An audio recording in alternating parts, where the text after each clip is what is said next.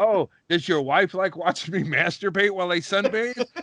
Because I've established that behavior a long time before you. Listen, if you're trying to get the neighbor to not sell his house, then you don't have to worry about whether or not he can see your magnolia tree. Just be masturbating in the backyard when he's back there looking at it, and the problem is solved. As soon as you hear him They talking about the won't magnolia see tree, the in magnolia front. tree. Yeah. They won't even notice that it's fucking. Hey, welcome to Cuckold Heights. You know.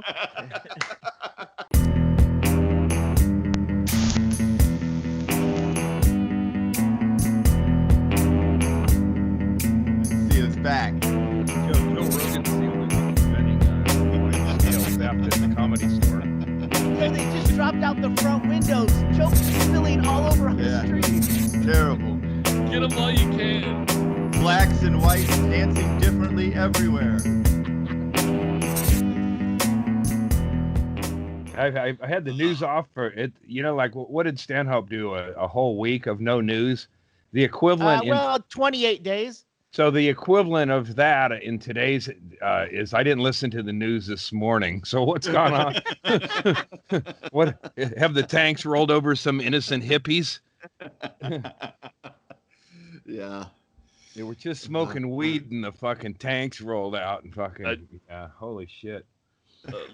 I just was looking on Twitter just before the phone call that the news I saw said that they've changed that murdering cops charges to second degree and charged the other standing around cops with something. They didn't say what yet. Loitering. Yeah, I saw that. Loitering. Looting.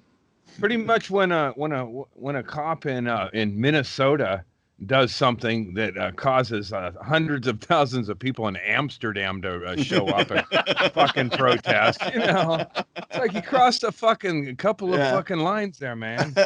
Yeah, that's an oops. You got to be more creative. I mean, you don't even have to be creative on what you could charge them with. There's got to be something already on the books. I'm gonna guess from my Law and Order experience, I'm gonna go with reckless indifference. Yeah, that's a good one. How about that? How about cruelty to? How about cruelty to humanity? Oh, there. You know, it's like that's beyond. It's like watching somebody commit bestiality. I mean, it's way worse, of course, because somebody died. But it's like, you know, it's unacceptable. You're like, you know, God damn it, leave the squirrel alone, man, or whatever. You know, the horse fuckers. It's like, you know, but you know, it's like half the country seems like, you know, they would stick up for. No, he was just fucking a puppy. Shut up. You know, you it's his puppy. Yeah, it's his puppy, shitbag. Yeah, it's fucking nutty. It's the worst and best time for live TV ever. In the Twitter clips. Yeah, I'm looking in this story here to see what they're charging the other cops with, but I don't even see it. Yeah, no, I didn't see anything yet. They just they're charging them. Yeah. Has anyone pointed the finger at Hollywood yet? You know, has there been a good cop movie ever? You know, ever? You're looking at the man in the mirror, Andy. Yeah. They're looking at like, oh shit, what's going on here? Well, you glorified it, motherfucker. Yeah, Axel Foley was the best cop that's ever been put on film, and he broke rules. And he was from Detroit. Yeah, he had to break rules just so he didn't get murdered by his fucking coworkers. It seems like the angry lieutenant who was always screaming at the rogue cop. Maybe he was right all along. Maybe those tactics aren't good. Maybe he shouldn't be practicing police this way. And where is the commissioner who was always on his ass? Where is he now? No, he's nowhere to be found. Nobody's being held accountable. I don't think Commissioner Gordon in the old original Batman series would have an answer for this one. I saw a clip of Spider-Man. Somebody who's like a Spider-Man who never got bit by anything. They gave him any kind of powers that he's just kind of like up for like just a man. A guy like it's like a guy wedged in a corner, you know, and it's like just anything and everything. Andy? I don't do that Spider-Man shit, you know, because I'm not Spider-Man-esque. All right. At all. I don't even like getting. I hate. One of my pet peeves in life is walking to go I don't get the paper anymore because it's fake news.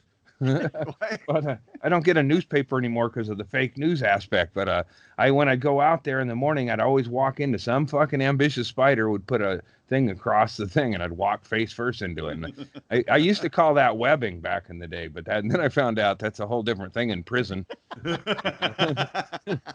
It's a verb in prison. Yeah. I would much rather deal with webbing on the outside than on the inside.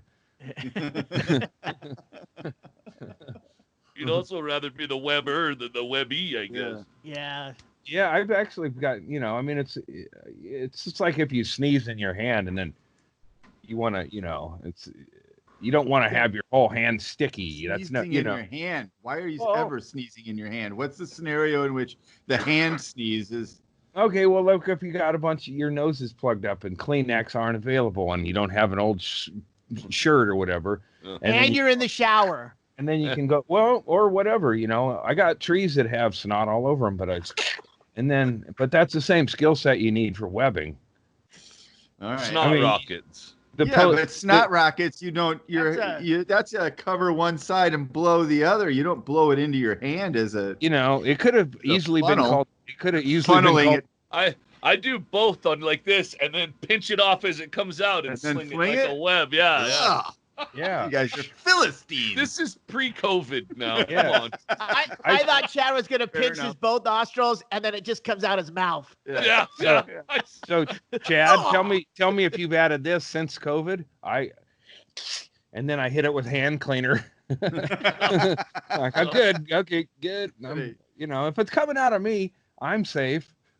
And I wouldn't, but you could web somebody with germs now, and it'd be like just equally, it'd be worse. If somebody went and did that to you right now, I'd go, I'd either beat the shit out of them or go down on them, depending on who did it. Because I've been holed up here a long time.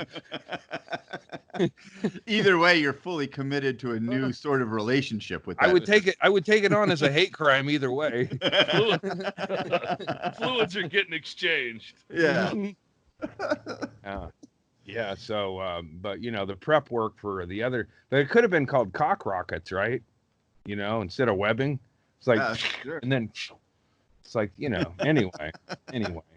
Seems like you've thought about this more than you're really. No, it really seems like the hand is the action there.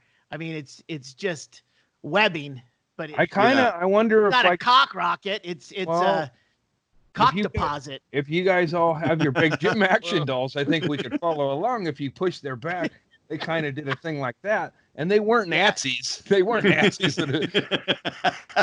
They were just following orders. I never jerked their shoulder up to a degree where their thing went like that. It never occurred to me, and God forbid that they were Nazis, because I treated them like Nazis because they ended up getting lit on fire. And I think that really that's the best course of action. I mean, there's no way to rehabilitate these guys. And they are flammable. Oh, shit. I got a small technical thing I want to ask you guys. I can hear everybody fine and everything seems to be working, but it's annoying me because across the bottom of my screen it says speakers muted. And it's never said that before. Does anybody know what the fuck that is? What's your audio source? I got no respect. Focus, for right? mutes. I can hear everybody all right. Yeah. So I've met one mute in my life, and I did not care for him. So I don't even see that though. What you're talking about? Yeah, I think it's just on mine. It's just on his. Brett went and checked his satellites. It's all fine, guys. Okay, it's all good. I had to signal the helicopters overhead, but everything's okay. Yeah. Well, use the Houston Astros. They won a World Series with banging on garbage cans to signal. I don't know, but work it out with other tenants or whatever. Like when you bang the garbage can and then work out like, this means the cops are throwing fastballs or. Yeah, I'm glad. Well, I get a curfew notice. You don't get one in Bisbee, do you? Mm-hmm. You get a bit. They're not having it. David Smith we're still like on lockdown, but then he does a city council meeting and he's not wearing a mask. It's like it's weird messaging. Yeah. Yeah. Even though it is in the state, but like things are opening up, but Bisbee is still, according to David Smith, locked down. I would say that Bisbee's been in lockdown since 1948. Yeah. When did the mine leave? Yeah. But the Arizona was put under a lockdown, like curfew or whatever, curfew at 8:00. But our sheriff of our county talked to him and put out a notice, same as the mayor of Bisbee did, basically saying we don't have shit going on here, so it's not a big deal. We're not enforcing it. What it says on the screen is curfew 10:00. Stay home. Anybody and what it reads in my head is, where's my bottle rockets in my bag? Because I ain't never been anytime I've been grounded, I just crawled out a window and left anyway. In fact, but I've been grounded and I've been planning on staying where I was grounded, and then like, fuck this then. I'm leaving anyway. Yeah. There's only so much a dad can do from, like I lived on the second story and my dad, Mister, you're grounded, okay, well, I'm going to go upstairs and then there's a variety of windows I could escape from. And you're going to have to roll your chair and block a lot of angles of this house. And, I was ungroundable. I got molested, so it kind of ground my fucking spirit to a halt. But you cannot lock me in a ground box. Your body. Yeah, they wouldn't have put me in a box like they did Chad. I'd rather get in a box than finger fucked. That's for certain. Well, yeah. If we're doing scenarios. Yeah, would you rather? Yeah. How dark's the box? Yeah. How big's the finger? These are all questions that need to be asked. My box is that's how they trick you to get in the box. My box. Hey, how dark's the box? My box was made. Go in and look. My box is so dark it was made by a crack smoking mime that can't get work.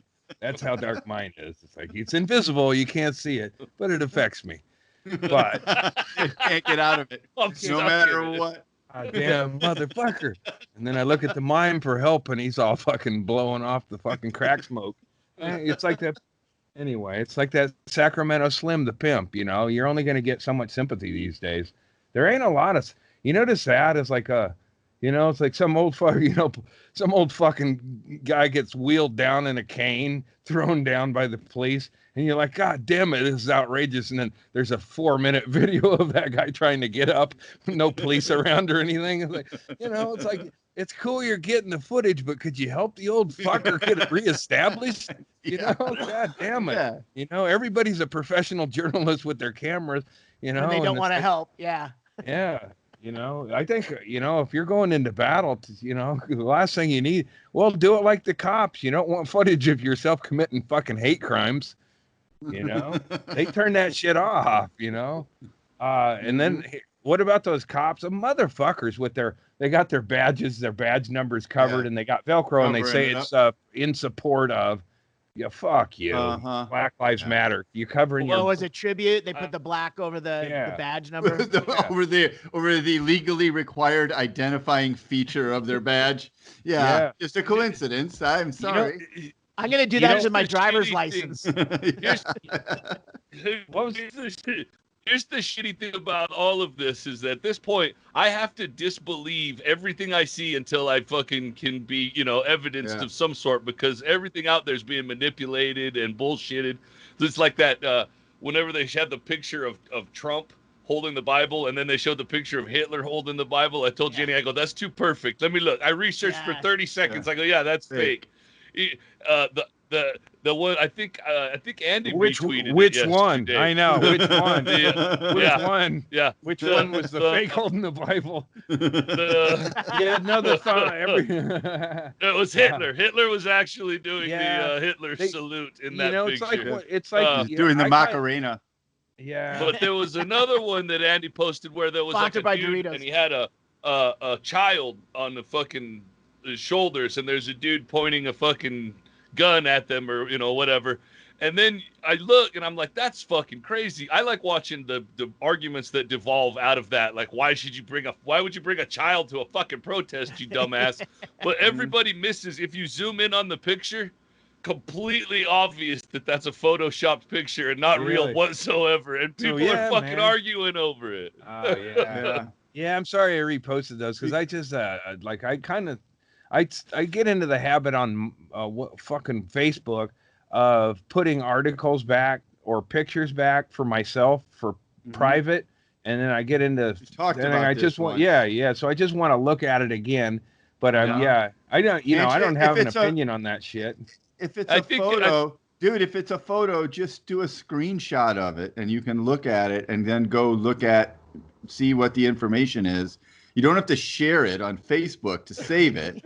You can just do a screenshot on your phone and it'll be in your picture. Right. Let's walk Andy through how to do a screenshot. This will be fun.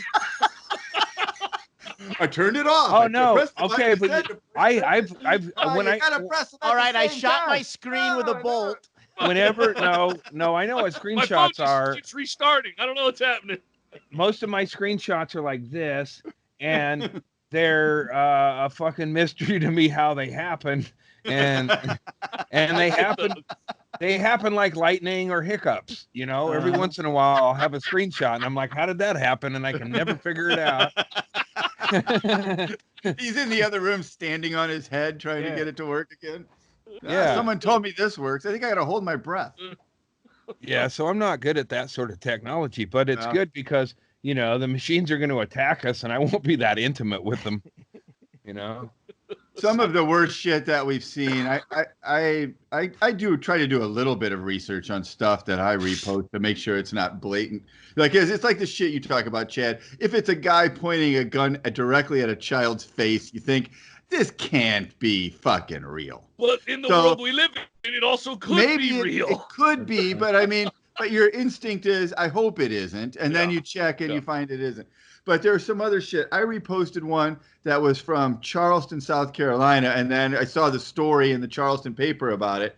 It's like a 2-minute video I shared on Twitter of a skirmish line of cops and then a skirmish line of protesters all on their knees.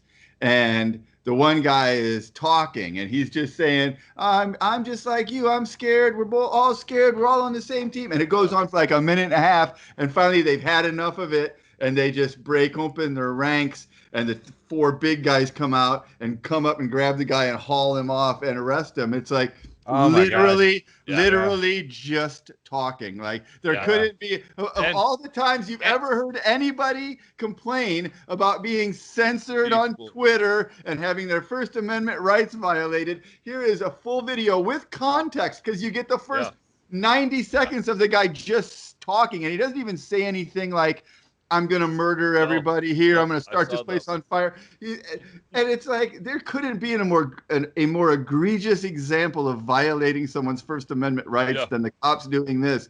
It's fucking crazy. And then when they did go to get him, and the people there going, hey, what the fuck are you doing? They just immediately mace him right in the face. Well, that was the other. That was the guy. That was a different guy. I think that was in Kansas City, I think.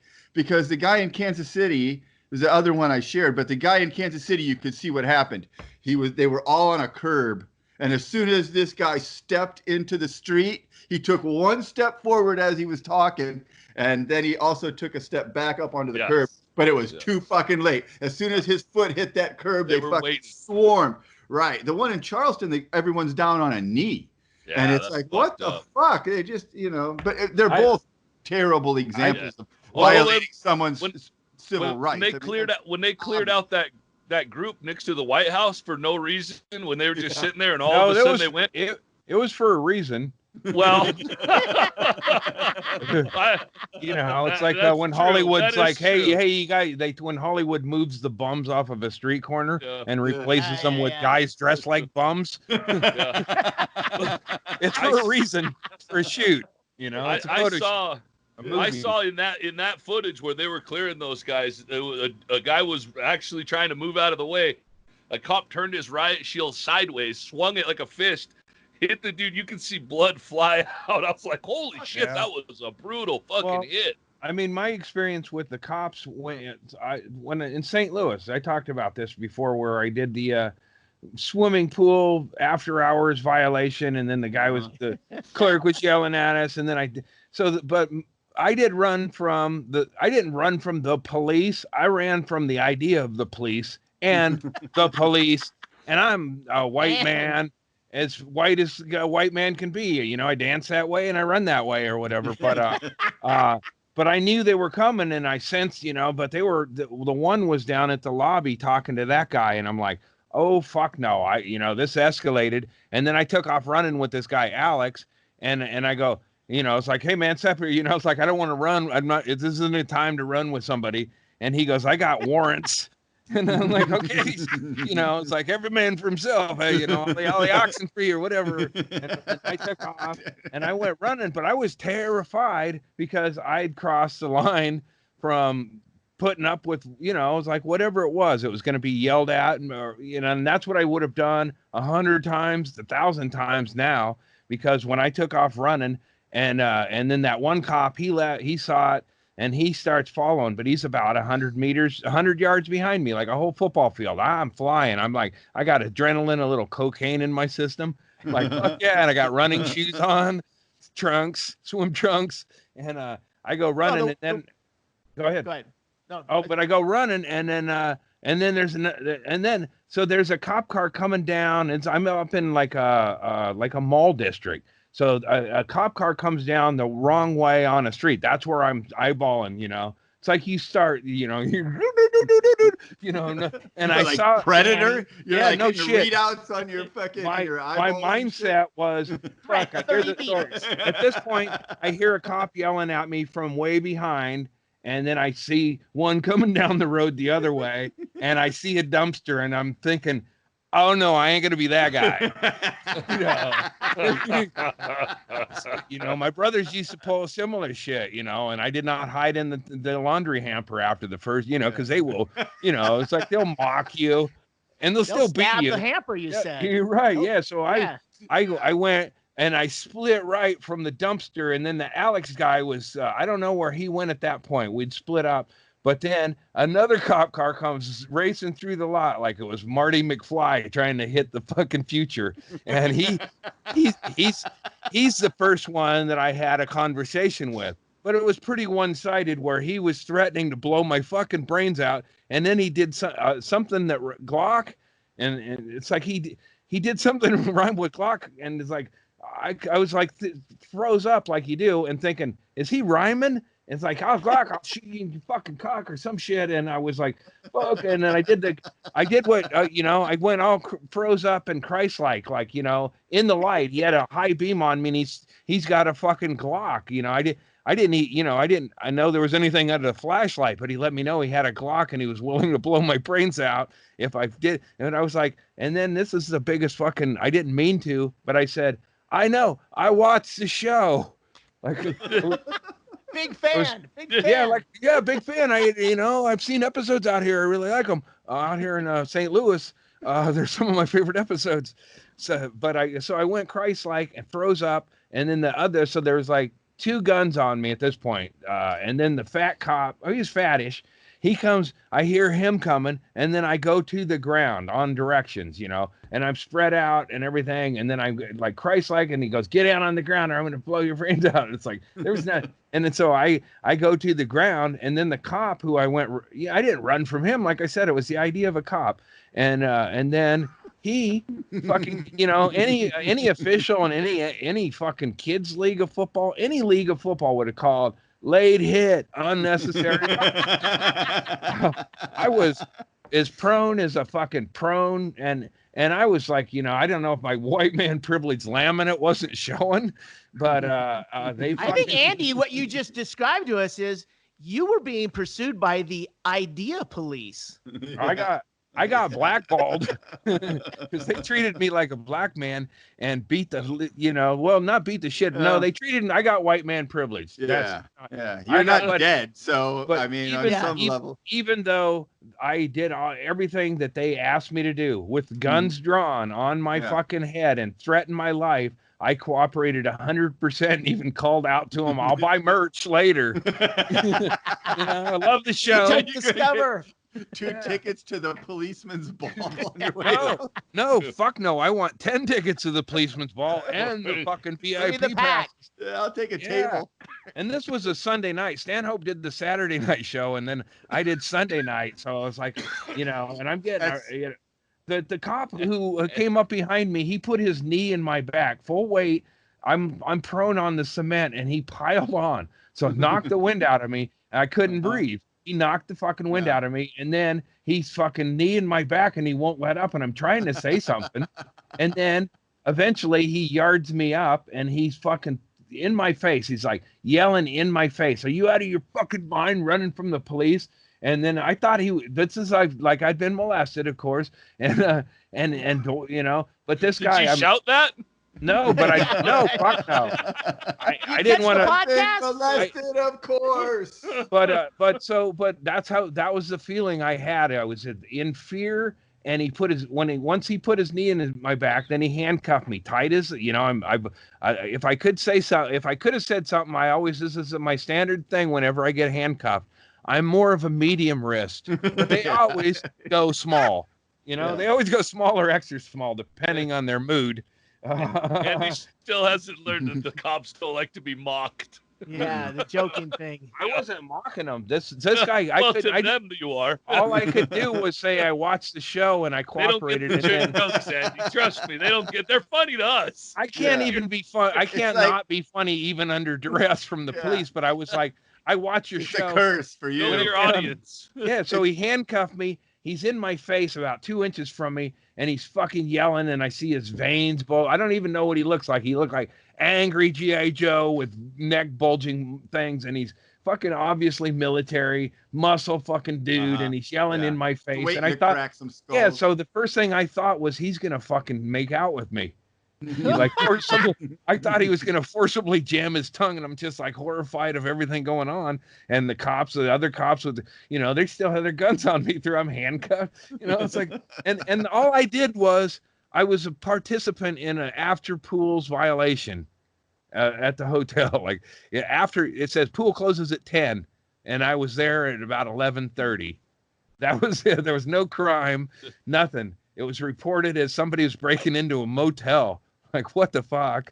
And these cops showed up. And then the one cop told me, he goes, "You're lucky." He goes, "The last guy was a burglar that ran from us." And I was like, "Oh, fuck. That guy's got to be dead." This is a pretty tight. Were you staying at the hotel? Yeah, and the clerk who called the police and started the whole thing. And part of my problem why I couldn't escape the popo was I didn't have a room key. And I went down and I was doing drugs. I think I did a bump off of my room key and left. Yeah, I did a bump off of my room key and left it in someone else's room. So when classic Andrews.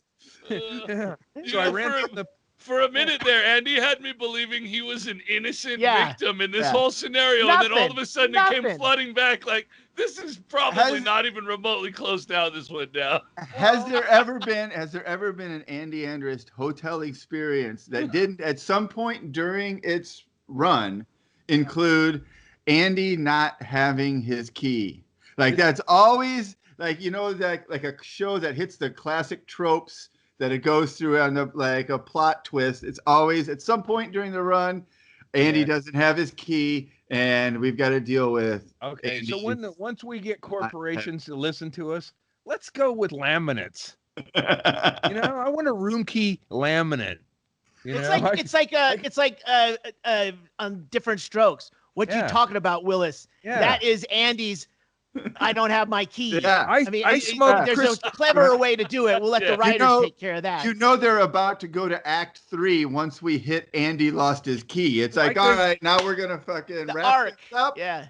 We talked about this last week. I could have been sodomized by a gang of German bunnies in Amsterdam. I smoked crystal meth all night. I dragged myself back to a shuttle and back to the hotel, and I couldn't tie my shoes, but I still had the room key because I had a laminate on my fucking neck. It's like idiot mittens. Yeah, yeah. Something you need your key to be on a string that goes up your sleeve and around your neck and then around to the other side. Yeah, it's real easy. You know, old people have a med alert. I need a room key alert or whatever. It's like, hey, man. Yeah, so you put it in your pocket, Andy. Yeah, but I had a running not thing to solve your problem, but yeah, but then I wouldn't interact. I wouldn't get to know people.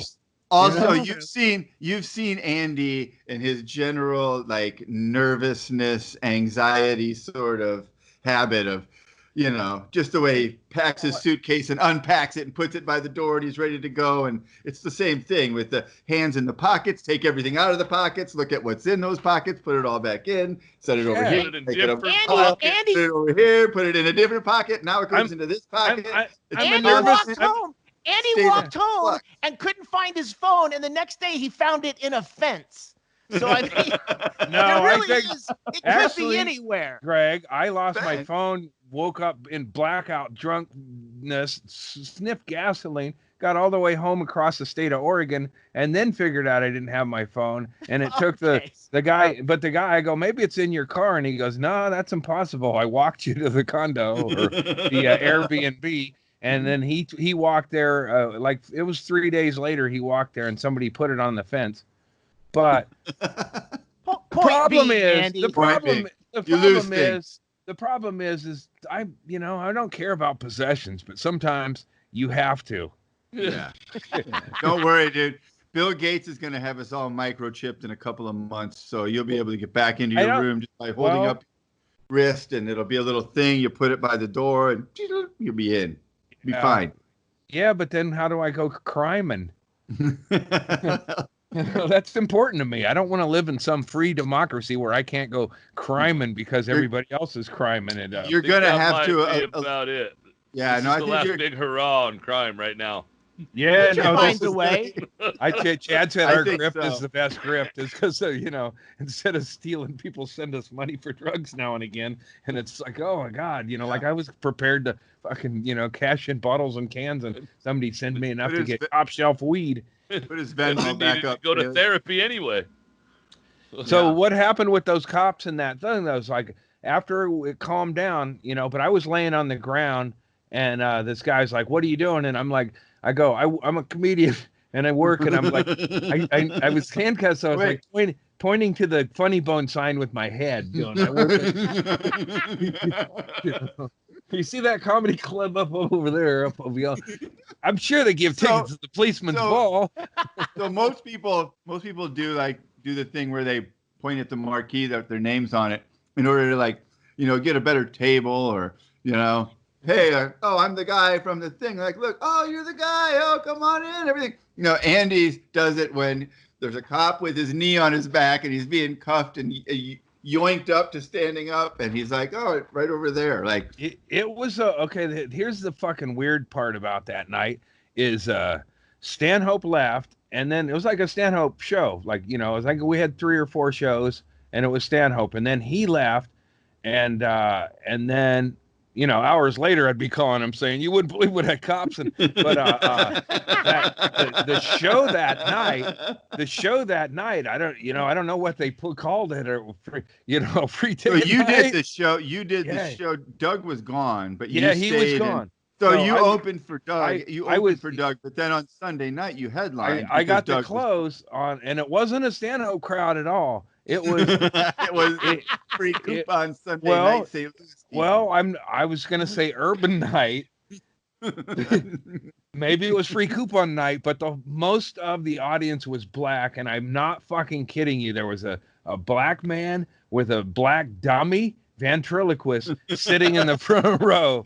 Willie, Tyler, and Lester. Yeah, no shit. Like fucking Willie Tyler. I got a picture. I think if I dig around, I might be able to find those pictures. I sweat through clothing way before the cops showed up. I was like, and I think this one group was a holdover from Doug's, had a motel room, which they got evicted. They had to leave the hotel eventually because of the crime, But so that was so it was like the weirdest fucking like, oh, I didn't prepare any, but I watched Good Times and I had no, but I just was uncomfortable because it was like, I thought it would be the same thing. And it was like, oh, it's an all black audience. Yeah. Yeah. And then, and I got heckled. I got heckled. Not, it by was the way, dummy? It was a way, yeah, it was a way street level fucking weaker, version of Willie, By the way, that's a great heckle if you're the dummy sitting in the audience, because the dummy can always just look around and go, and they call me the dummy. Yeah, no, I said I see your lips move, bro. Boy, you got him. I think I said I'm talking to the dummy. I had fun with it, but I go, I'm talking to the dummy, and then he said something, and and then the guy, not you. I mean, the guy who brought a doll to the show.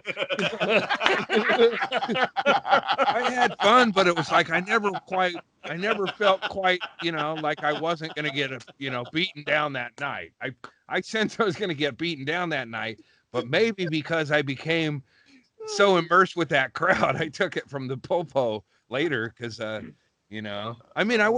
was outside earlier that evening committing crime of sorts, but also I didn't buy into this support the troops thing or as much as so I supported the troops, but I was stealing car magnets and they were all red, white, blue in this area, so I had about 30 car magnets. Right before I decided to run from the police, I ditched them in the bush. And I consider that probably one of those life and death decisions. Wait, so let me do the Andy recap for everyone who's trying to keep this all going in their head. Please do. On a Sunday night in St. Louis, Andy stayed after Doug was gone, closed the show, and afterwards was swimming in the hotel pool after hours. Yeah. Got the cops called, right? That's what got the cops called to begin with. The cops called is okay. So I was heading down. I'm savvy, so I'm like 9:55. Once I'm in the pool, they'll have to come and kind of bad vibe me out. But I'm in there, and then some people from the show, the only white people that were in the back, who was like, holy, So it was like shared experience. We all sort of went to war. Only I got shot a bunch, and they watched it from the back. So they go, do you want to come do some drugs? And I'm like, well, I'm on my way to the pool, but I can take and I didn't. Short answer, yes. Yeah. I'm on my way to the hot tub. I should definitely do a bunch and I had my room key at that point. And I know when I lost my room key is when they go, do you want to do some drugs? And this is pre-COVID, but I go, here, I'll scoop it off with my thing. and then I was talking up, going to the pool and all coked up and shit. And eventually I had quite a posse together. And we went down there. And, there was like 9 of us or so, and some chicks, and so we went, and the door was shut, and then a couple of I'm not a hero, but a couple of guys go, I'll get us, and then I was right away. Even back then, I was like, cameras, and climbed the fence outside, and then the glass door was open, so they infiltrated, and the front desk fucking schlub, he's probably a Trumpy. He was like fucking comes running down there, and I had gone into the pool area because they came open the door, and I was in the pool, and these guys jumped in, and I was still like, there's cameras everywhere. Let's see how also to little backstory is I lost my room key almost every night and dealt with this guy who was getting to be I think we know. Shocking. He was getting to be he was every night he was a reoccurring character, and I was a smart ass to him, and I didn't care for him. From night one, I didn't care for him. Even though he might have put free cookies out, he still bad vibed it or whatever. I was like, could I get a key? And he's like, again? Or, I was like, yeah. Where's your other one? Like, what is this? I was like, judgment from you. You're a fucking front where were you when I was growing up? If you want to know my whole life, man, I was like, where? This started back in the day, man. I can't tell you where my room I was molested, of course. Yeah. So But he comes running down there, and this is in the post 9/11 world, and I guess everybody was him anyway. This guy goes into a shit panic about get out, and I don't respond to that. And I took a look at him, and he knew me. I was the deer, we all, it was like I was frozen the headlights for a second, and I was like, no, fuck him, and I bolted right past him. I didn't shoulder him but I could have. I could have shouldered him, but I ran past him and laughing my ass off, running up until I got to my room door, and then I couldn't get in. Well, I didn't have the key, and this other.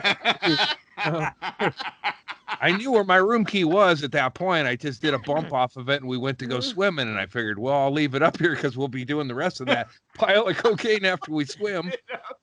Well, that never happened. We never returned to that. Imagine having the idea that I'm going to leave my room key at the drug guy's room because I'm definitely going to be back here. Well, we formed a pretty good. I know there's no scenario in which I'll go to my room. We're a posse. It would have been a good posse at that point, Uh-oh. I can't hear. Oh, yeah, I get it. I'm pretty sure it was just Andy sitting in himself. Later on, I'll say I left my fucking room. I get it. Room, I don't know. I left my T-shirt over at your house. I got to come back over and get it. Yeah, well, anyway, but I never got around to that because those guys got evicted from the hotel after the police, and I nodded to the thing, and it's like, 3 cops, big fucking dudes were around, but the one were up, my back hurt. It wasn't very cool. My wrist hurt, and they didn't unhandcuff me for a long time. But then the motel clerk come out, my fucking nemesis, Ramada fucking Joe or whatever, out in the fucking the mall district out in St. Louis burbs.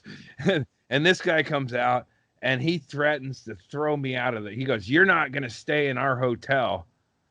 And Erickson, can you relate to that at all? Yeah, no way. I can't believe that's ever happened. I like that Andy tried to run from the cops after committing a crime against a dude who could identify him, and I'd tell him what his name was and what room he was in.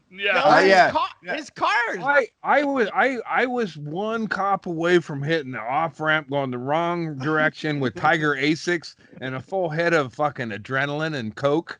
I was as gone. Fucking Forrest Gumped your way to fucking Kansas City at that point. I was gone in all the way to fucking California for fucking hours. I was gone in 90 seconds if that cop wasn't there to cut the road off because I had the fucking other one. He wouldn't have been able to drive up there. They just got you, bro. They just got you, man. Yeah. And then this guy says, I can't stay in the hotel that night. And then I'm looking at a better hotel. Like there's a Garden Inn or whatever. And I go, that sounds like a continental breakfast upgrade to me, you fucking faggot. And then said it in front of the cops. Like they respected me a little more when I took. Oh, yeah. I was like, I'm not. This guy's all right. He hates the gays. I said this to him. I go, these guys threaten the shit out of me. And you're going to hit me with that shit, you fucking pussy. And because I was like, I was still handcuffed at that point, but I was not putting up with shit from that guy. It was like, I was like, at that point, I could speak, and the cops all bullied me, but I knew that my dealings with the front desk and the cops were separate deals, And here's the beauty of it is that guy called his boss to get me thrown out of the hotel, and because the comedy club was in the hotel, they couldn't do it. So then I went down there later after he gave me a hotel key and asked for another hotel key from him. It's like 4 a.m, but I couldn't sleep. Just to be mean? Were you just getting or just to be funny? I couldn't sleep. I couldn't sleep, and I had to go fucking, I was fucking, that's as shook up as one of the most shook up times I've ever been. Yeah. I couldn't stop the adrenaline. I was and you were by yourself, so at that point, I was so afraid for myself, my life. From my dealing, it was probably 10 minutes with the cops, but the first 5 minutes of it were absolute terror, more terror than I've ever faced. Yeah. You're going to die, but you're also going to be physically fucking wounded all the way out. Here's the lesson to take from that, I would say. Leave when Stanhope leaves. If you're in anywhere with Doug and Doug leaves, you should be leaving on maybe the next train. You know, like maybe another hour to gather your things, but no more than 8 hours. No more than 8 hours. You got to be maybe 4. It's got to be considered leaving the same day as Doug left, because otherwise, because it's like being someplace Stanhope is like the same as being a comedian and then not being. You know, there's nothing more emasculating than going to a comedy club as an unfamous comedian on a night you're not performing, because you don't matter at all, and you're just like, oh, I guess I forgot I'm just a regular asshole like the rest of them. And the same thing happens whenever Stanhope has been somewhere, just in the Stanhope-y way, where it's like everything's cool and fine and everyone's having a great time, but once he's gone, the cool, fun, great time fucking safety zone is gone, and now you're fucking swimming in your own fucking pool. Pun intended. So what you're saying is, what I get from that message is, you're saying middle acts don't matter. Are you saying middle acts don't matter? He's saying don't be a clown. Don't be a clown standing in the field where the circus just pulled up tents and left. I know. When the circus is gone, be on that fucking train. It's like in Platoon when they went back to the village they burnt out. You know, it's like a bad feeling going in here. But when I shouldn't have gone out of my room when I did a show and it turned all urban, and no problem, you know, I got in and out of there. But a dummy was heckling me. No matter what color the ventriloquist or the dummy was, that should have been a warning sign to get the fuck out of St. Louis. First of all, we do need to talk more about that. So was this guy, there you go. So this guy showed up to the show. He was obviously a comedian performer. Why was he at the show with a ventriloquist dummy in the front row? And he sat in the front. And the comedy club allowed this to happen. See, first of all, that's another problem right there. Bullshit. Yeah. No fucking way are you putting a ventriloquist and a fucking dummy in the front row without at least telling me that you're doing it. Yeah.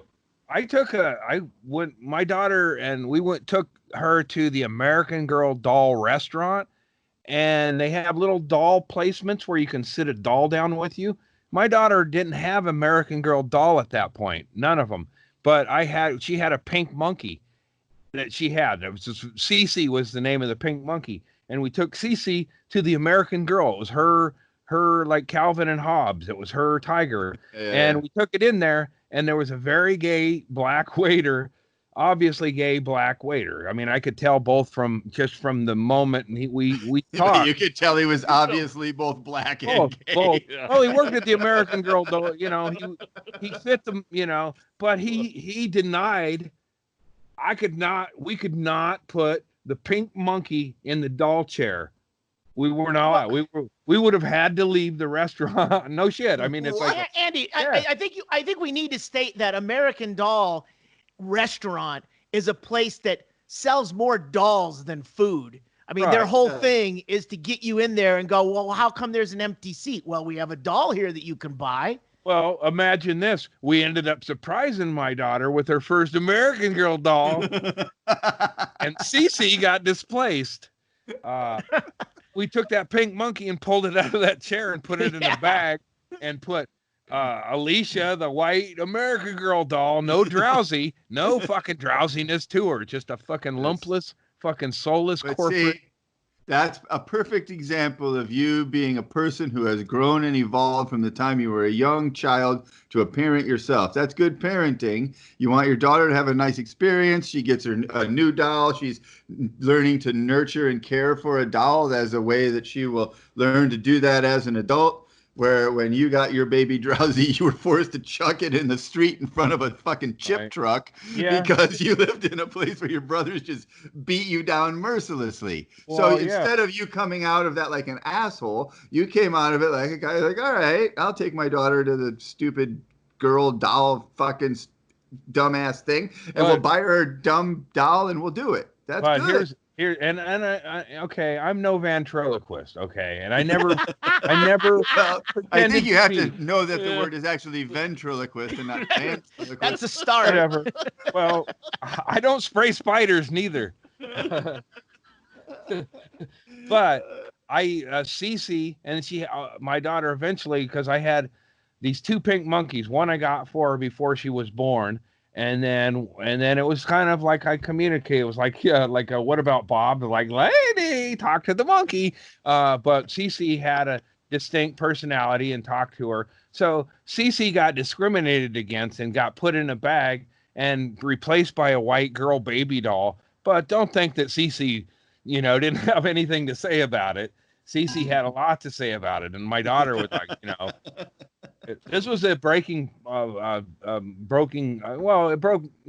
my heart, but it made me sad moment because eventually my daughter found that monkey got wore out. So I got a second one. It looked just like it, but it had a difference. There was an obvious seam difference, and we'd switch them out because she just played with it so much and wash them or whatever. One day she found the second monkey. So my whole scam was blown. Like, Cece's not a real... Like a second cell phone, you just got busted cheating. Oh, shit. Oh, there's 2 of us. And it's like, okay. A burner monkey? That's when I realized I wasn't willing to be Jeff Dunham in this situation. Cece said some shit, but also I had a character. It was a character or a puppet or whatever, but Aunt Jemima, and some people might say it was a stereotype, but Aunt Jemima was just a black woman who didn't put up with any shit from my daughter or anybody. And she wasn't a stereotype or whatever, but she was definitely a black woman who was like, you better respect your father if you, like she did. She told. So she had a doll. She had a doll that was an Aunt. Or did you take an old empty Aunt Jemima bottle and give it to your daughter? It always came up when we're having waffles, and then I was like, oh, Aunt Jemima's out, and my daughter would, or Mrs. Butterworth was who it was. It wasn't Aunt Jemima, it was Mrs. Butterworth. That's a little less. Oh, the nemesis, the nemesis. But I used the character from It's a Wonderful Life. That woman, the black woman who was the maid in the It's a Wonderful Life. Somebody better get up here, But it was like she didn't like my daughter's attitude. She didn't like my daughter's attitude, Oh, I didn't either. Oh my God! Oh, Andy. And I didn't leave the house much, and my kid was my, after Erickson complimented you on your parenting too. Yeah.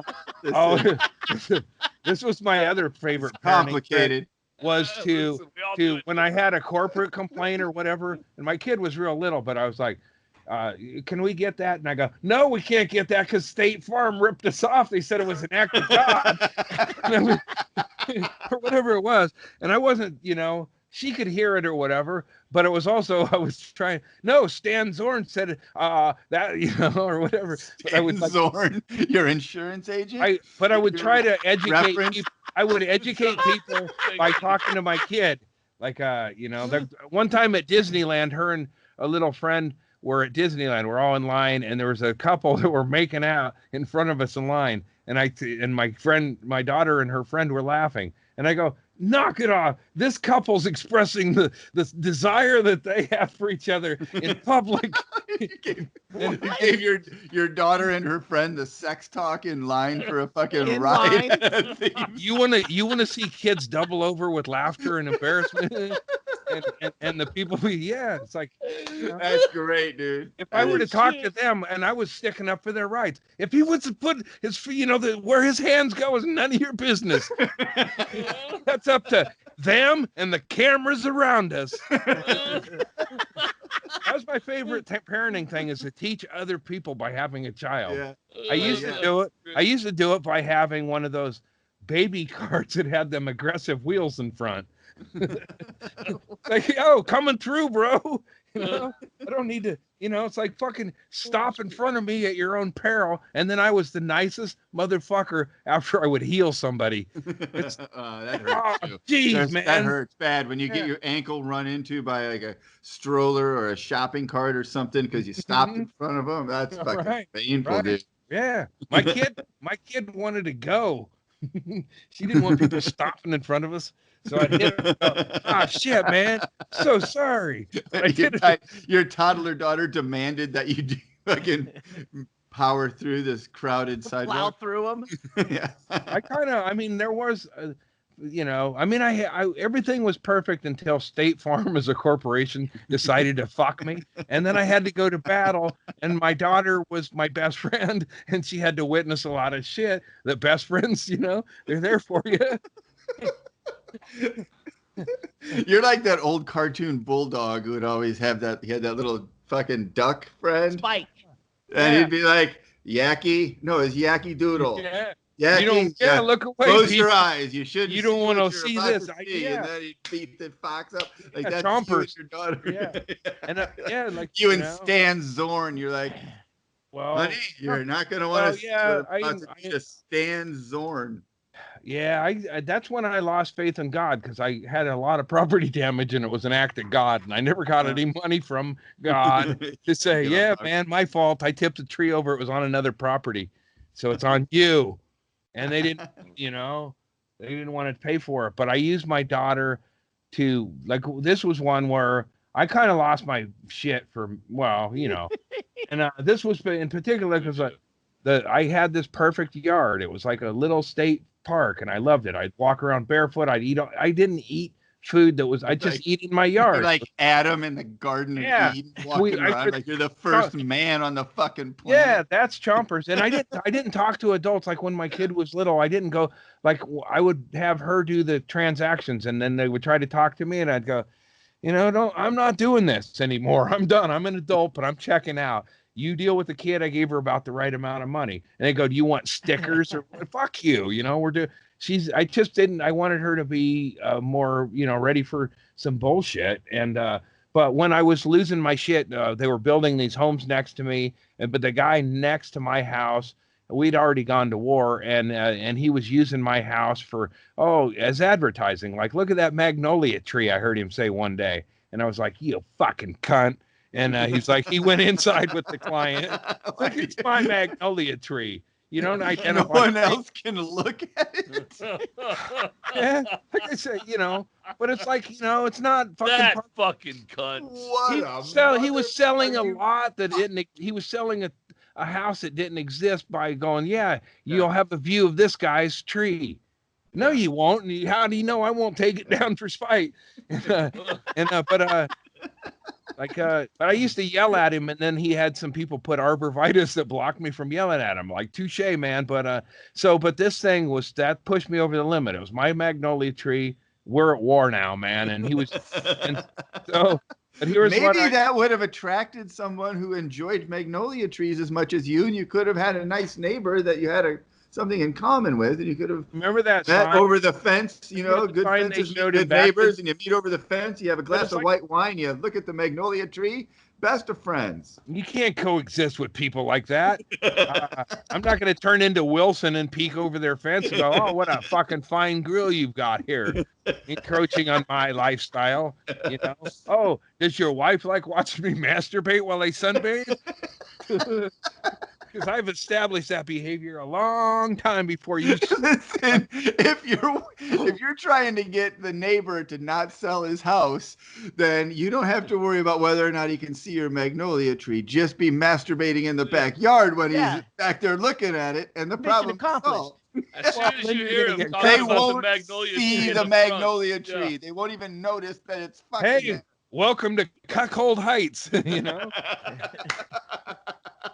I had a fucking great greenhouse and fucking walked around barefoot and eat raspberries and jerk off standing around and just enjoyed life. And, and then that's when I had to nature jack after that, because I lost my fucking semblance of peace.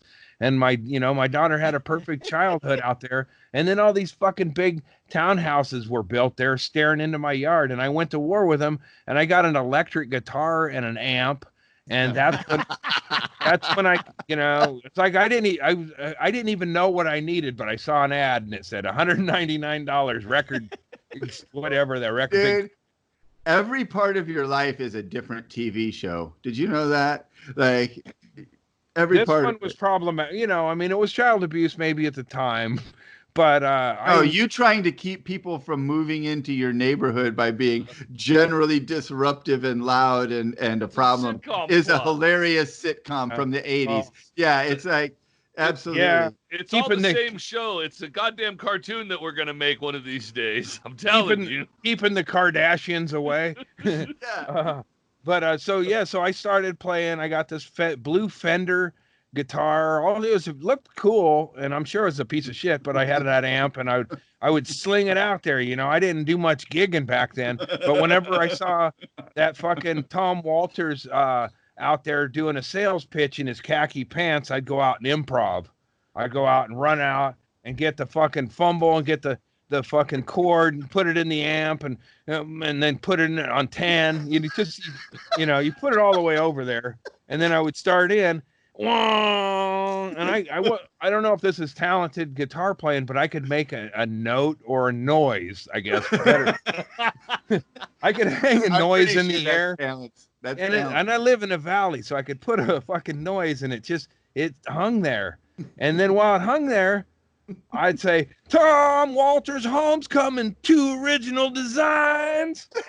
And that was it. That's about all as I could get. 2 original designs, and then I'd hit the note over and over. 2 original designs, and then. But a lot of times I'd make my daughter go get the video camera. So somewhere there's video tape chunks of her running and fumbling with the thing as I'm screaming, fucking out of my mind to try to run the fucking. It wasn't ideal. I was getting ready to walk my daughter to Montessori school. I'd walk her to school every morning to Montessori when the act of God fucking doomsday guy came there to measure. He came out for State Farm to measure. So my garage got damaged in an act of God, and this guy come out and measured it and then told me I wasn't fucking covered. Because the house wasn't attached. Companies do. Yeah, so he come out and then he measured my garage and did all this shit. So I was out there early for him, and then I was gonna walk my daughter to school. So she's in her cute little outfit, and I'm holding her hand in her little sweater to go. And this guy's leaving, and he tells me, "Oh, well, you're not covered." And then I walk by, and then I let him have it. I couldn't hold back, and I go, you fucking cunt, you fucking heartless fucking cunt. You knew the answer before you dragged your ladder into my property at 7 this morning. And I'm trying to take my kid to Montessori, and you tell me I'm fucked for about $12,000, you motherfucker. But I wanted to be a good parent, and I did have we had tea parties, but I talked about her later. Anytime I made a mistake like that, I talk about my kid, and I would say, corporations are evil, and that guy came and he broke them, but I did, but I was like, I lost my shit, but I never once directed it at my kid. Right. I made that guy feel like a big cunt for coming up there and measuring my garage that wasn't covered no matter how tall or small or Yeah, it didn't matter what the number said. You making a Dr. Seuss rhyme, man? How small or tall? Denied. You denied, motherfucker. And but moments like that. There was once I took my kid to a wave pool, and this was when I stopped doing drugs before coming home, because I was drug addled. I come back from Stanhope's wedding, and I took my kid to a wave pool, and it was when that whole State Farm thing was going on. Sounds rough already. Yeah, I was in a hothead spot. So we were at the wave pool, and I had my feet in a hot tub, and my daughter was swimming over here, a little kid, and this semi-retard, or I don't know what his deal was, but I'd noticed him earlier, his ugly family, and I thought to myself, fucking, why is this guy reproducing at all, let alone 5 of them, But I'm sitting in the hot tub, and then the phone call comes from State Farm, and I'm haggling it out. And then this guy tells me to take my feet out of the pool. And it was this guy, he's a fatty with a hairy back. And I was already mad at him in principle. And then, so he starts in, and then my daughter walks up unbeknownst to me when this guy tells me, and then I get off the phone, and then I tell this guy everything that was going on with State Farm. And he goes, I don't give a fuck. Yeah, and I go, obviously you do, you fucking motherfucker, because you got in my business. And he goes, so I'm a maniac, and I'm yelling at this guy. And I go, hey, man, I go, I guess that what I did bothered you, but I didn't tell you earlier when I saw you in the wave pool slide line that it looks like you had hot glue on your back and you rolled around on the floor of a barber shop. It looks like you have a bunch of sloppy wet cunts glued to your back, dude.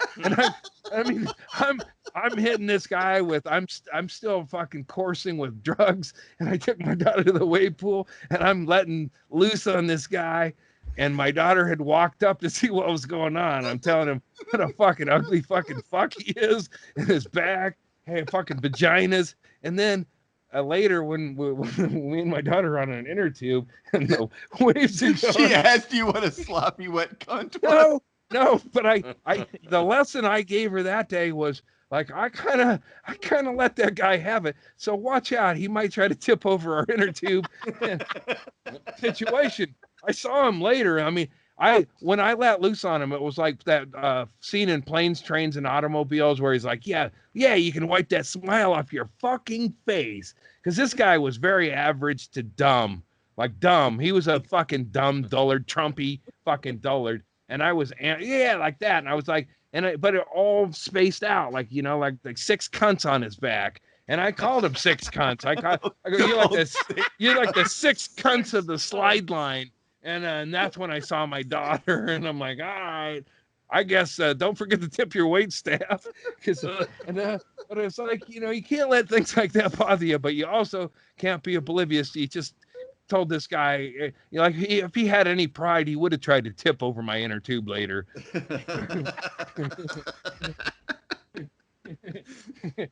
I just love the image of you being so proud of yourself for telling a guy it looks like he has 6 sloppy wet cunts on his back, and then turning around and seeing your daughter standing. I wasn't proud of it, but when it happened, and then I wouldn't even remembered it, but my kid saw it, and I was like, shit, you know. So I had to explain it to her and talk it out, you know. But I mean, her first words were the first words my daughter said that I understood, besides mama and dada or whatever they fucking spiel, was fucking asshole. It wasn't as clear as that, but it was clear enough. And I was backing into a spot and somebody took the spot, you know, and I was about to say it and my kid said it.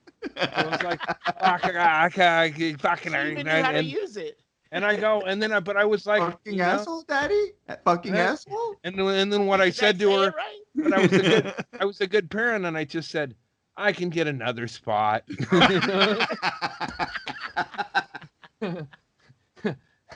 But yeah, so I mean, you know, I didn't, you know, I never did the baby talk, I guess. Kind of a mixed message. Son of a fuck. I gotta make another drink. Yeah. Let's take a break here. Let's take a pause break. Put this up. I made a new one here, made it bigger for Chad's Twitch stream. That's great. Go to Twitter, right? That's the best spot. Go to Twitter, HD Fatty. Yeah. And it gives you a how to. Tweet will give you a how to do it. Thanks a lot. I got to come up with one for my thing. It's just weed picture and gummies. We already put your, yeah. Put a weed leaf on the I don't think. All right, I'll have it for the Patreon. Yeah, that's what I get. Is that fucking skeptical degenerate is great, and he's a young fucking dude in Philadelphia, and I guess I helped him make a love connection. Yeah, somehow. He's a cool dude. He hangs out in the on the Twitch stream, and he gifts subs all the time on my Twitch stream. Man, speaking of which, fucking shout out to my fucking good friend on there. He's gifted like over 500 subs on my Twitch stream. Dirty Termite, Dirty Nun on Twitter. He just fucking said he got the coronavirus. So Godspeed. Yeah, I saw that. Buddy. Yeah. How is he? He said it's kind of just feels like a hangover. Yeah. You know, did he get married? Are you saying he got married, or did he get the coronavirus? Because I may already be immune to this shit. He may already have the antibodies. Yeah. Two podcasts a week is what he's got if he's got a hangover. Yeah, no shit. I tell you. All right. Hold on, one more thing. Where did I write on here? Shit. this it? No, that's Chad's. Yeah, go to Doug Stanhope's podcast, or not Doug Stanhope's podcast. His new DVD is out. Go to Venmo, or you can get the audio on Amazon.com. So all of the people who watch this have already have all of Doug's stuff. Probably. But that's still true. That's a good. I gotta say it. Some people. I mean, we're going on to the Patreon. I assume everyone on Patreon. We're trying to broaden our horizons. So maybe we can bring some people in and introduce them to the amazing world of Doug Stanhope. Yeah. That's why I started this podcast. Sorry, I thought I was trying to say that was when it all started. It was just me and Brett Erickson and 2 tin cans, and we were like string between them, and like, man, if we could do this enough time, maybe we could get Doug some cans. There we go. That's it. All right. So we'll come back on Patreon and talk some more. Yeah, come back to Patreon. Where the dog gets it.